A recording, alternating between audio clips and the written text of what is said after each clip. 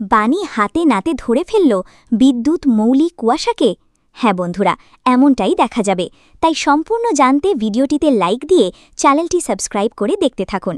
গল্পের শুরুতে দেখা যাবে সিঁড়ি দিয়ে নামতে নামতে ঈশানী আর পিনাক্ষী হঠাৎ থমকে দাঁড়ায়। দুজনেই অবাক হয়ে বাণীর দিকে তাকিয়ে থাকে, কারণ এই বাড়িতে কেউ কোনোদিন ভাবতেই পারেনি বাণী আবার নতুন করে পড়াশোনা শুরু করার জন্য সরস্বতী পুজো করবে। ঠিক তখনই নয়নতারা ঠোঁট বাঁকিয়ে বলে ওঠে, দিদিভাই দেখছো, ডাকাত রানী আবার সব ভুলে গেছে। এখন গরমকাল না শীতকাল সেটাও মনে নেই, তাই এই সময় সরস্বতী পুজো করছে। তার কথায় মৌলি হেসে ওঠে। নয়নতারা আবার বলে, যাও তো এসিটা বন্ধ করে দাও, তাহলেই পুজো দেওয়া বন্ধ হয়ে যাবে। পিনাক্ষী তখন একটু লেগে গিয়ে বলে, ছোট মা, ও পুজো করছে করুক না, এতে এত সমস্যা কোথায়? ঈশানীও ধীরে বলে, হ্যাঁ, কেউ ভালো কিছু শুরু করতে চাইলে বাধা দেওয়া ঠিক নয়।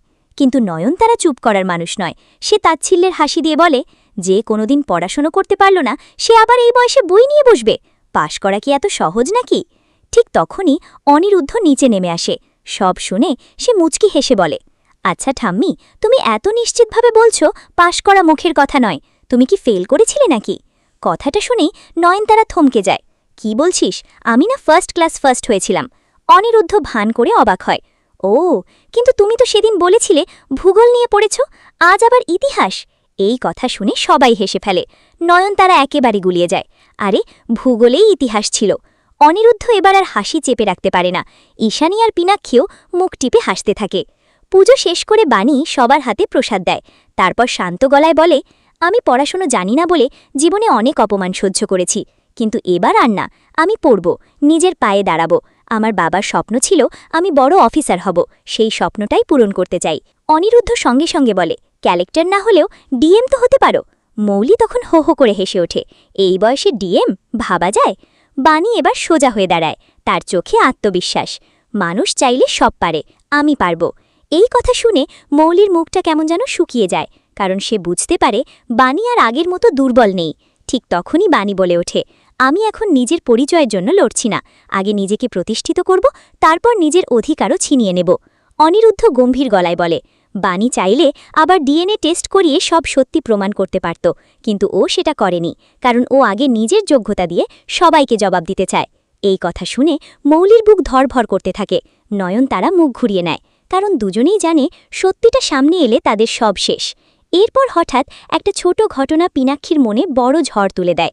ঈশানী বলে, দিদিভাই, নুন লেবুর শরবত এনে দিই?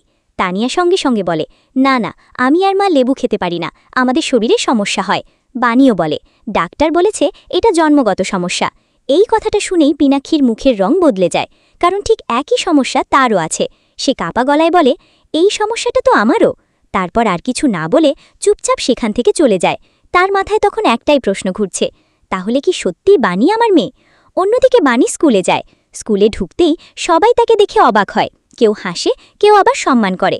অনেকেই বলে, এই বয়সে নতুন করে পড়াশোনা শুরু করার সাহস সত্যি অসাধারণ।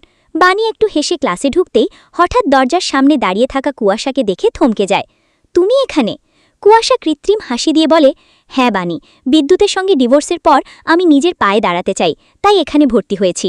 বাণী ঠান্ডা গলায় বলে, তোমাদের কাউকে আমি বিশ্বাস করি না। কুয়াশা এবার নাটকীয়ভাবে দীর্ঘশ্বাস ফেলে। বিদ্যুৎ তোমাকেও ঠকিয়েছে, আমাকেও ঠকিয়েছে, কিন্তু বাণী বুঝে যায় এর পেছনে অন্য কোনো খেলা আছে। মনে মনে ভাবে, না, এরা সবাই মিলে কিছু একটা করছে। ওদিকে বিদ্যুৎ তখন স্কুলের গার্জেনদের উস্কাতে ব্যস্ত। ভাবুন তো, মেয়ের সঙ্গে মাও একই স্কুলে পড়বে। কিছু গার্জেন হাসাহাসি শুরু করে। তানিয়ার বন্ধুরাও তাকে খোঁচা দিতে থাকে, তোর মা নাকি এবিসিডি শিখবে? তানিয়া রেগে গিয়ে বলে, আমার মা পড়াশোনা শিখছে, এতে আমি গর্বিত। ঠিক তখনই কিছু বাচ্চা তাকে ধাক্কা দেয়। তানিয়া পড়ে যাওয়ার আগে বিদ্যুৎ তাকে ধরে ফেলে। তানিয়া অবাক হয়ে তাকিয়ে থাকে। বিদ্যুৎ নরম গলায় বলে, তোমার কিছু হয়নি তো? ঠিক সেই সময় বাণী সেখানে এসে পড়ে। দৃশ্যটা দেখে মুহূর্তেই তার মাথা গরম হয়ে যায়। বিদ্যুৎ, আবার তুমি? সে তানিয়ার কাছে টেনে নিয়ে চিৎকার করে বলে, আমার মেয়ের কাছ থেকে দূরে থাকবে। বিদ্যুৎ ভান করে বলে, আমি তো ওকে বাঁচিয়েছি।